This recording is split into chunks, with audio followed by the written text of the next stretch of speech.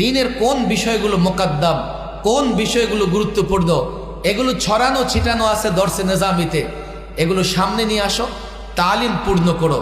তালিম যখন পূর্ণ হবে, যোগের চ্যালেঞ্জ মোকাবেলার জন্যে দাওয়াতি ময়দানে কাজ করো। দাওয়াতি ময়দানে নামলে নানান প্রতিবন্ধকতা আসবে, বস্তুবাদ আসবে, সেকুলারিজম আসবে, ভণ্ডপীর আসবে, রাজনৈতিক বাধা আসবে, সামাজিক বাধা আসবে। এই প্রত্যেকটা বাধা আমাদের পিতা হযরত ইব্রাহিম আলাইহিস সালামের জীবনীতে এসেছে।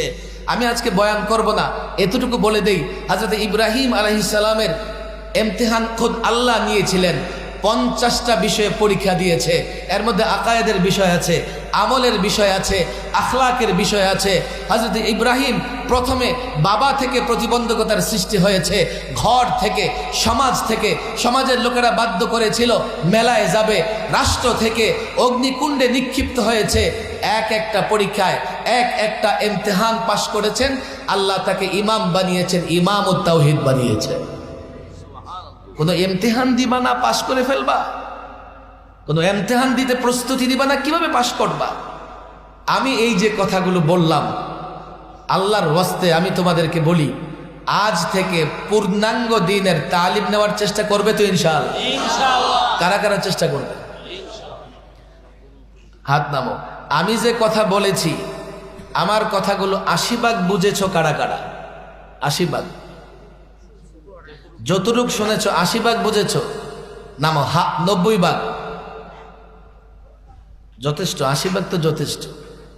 আমি এত বড় কিছু না যে 100 একদিনে বুঝাইয়া দেব। পূর্ণাঙ্গ দিনকে সামনে রাখবা তো ইনশাআল্লাহ?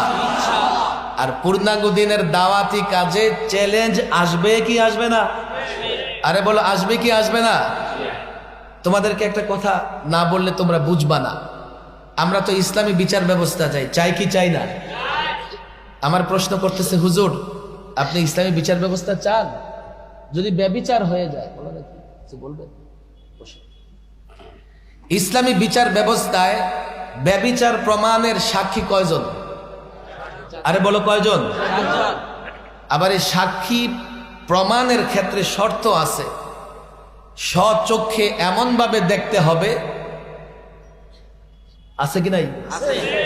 আচ্ছা তোমারে বলো, কেউ জেনা ব্যভিচার করলে 4 জন সাক্ষী দাঁড় করে রেখে করে, তো তুমি এই যুগে কেমনে ইসলামী বিচার ব্যবস্থা চালাইবা? আমি শুধু বলতেছি যে চ্যালেঞ্জ যেগুলো আসবে, তুমি বলবে যে ইসলাম চাও, লোকেরা বলবে কেন ইসলাম চান? তাহলে কালকে হিন্দু হিন্দু চাবে, বৌদ্ধ বৌদ্ধ চাবে, খ্রিস্টান খ্রিস্টান চাবে, ইহুদি ইহুদি ধর্ম চাবে।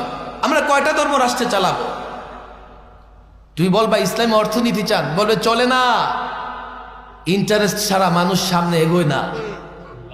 তোমার প্রত্যেকটা কথার উপরে হাজারো প্রশ্ন করার লোকজন আছে না নাই? এরপরে তোমার হাতে নেই রাষ্ট্র ক্ষমতা, বেশি বাড়াবাড়ি করবা, যদি সে যুক্তিতে হেরেও যায় তো মায়ের তোমার উপরেই পড়বে। হেরে গেলেও পিঠ বাঁচাতে পারবা না। এই চ্যালেঞ্জগুলো আছে না নাই? তবে ভয় পেও না। আমি মাঝে মধ্যে আব্দুল্লাহ বিন তামেরের কথা বলি। আব্দুল্লাহ বিন তামের ইতিহাস তোমরা জানো। জু নওয়াজ তাকে মঞ্চে উঠাইছে, কোনোভাবেই তাকে হত্যা করতে পারে না। সে শিখাই দিছে, আমাকে মারতে চাও তো একটা মন্ত্র শিখাই দিব, সেটা পড়ো, তারপরে মানতে পারবা। আল্লাহু আকবার। মন্ত্র কি শিখাই দিছে? বিইসমি রব্বি হাদাল গোলাম। খেয়াল করে শোনো, না হলে বুঝবা না। তীর নিক্ষেপ করার আগে বলতেছে এই গোলামের রবের নামে, এই গোলামের রবের নামে। লোকজন দেখলো, তাকে মারার জন্য পাহাড়ে উঠাইছে, মারতে পারলো না। সমুদ্রে নিয়ে গেছে, মারতে পারলো না। তাহলে এই গোলামের রব তো আসলেই রব।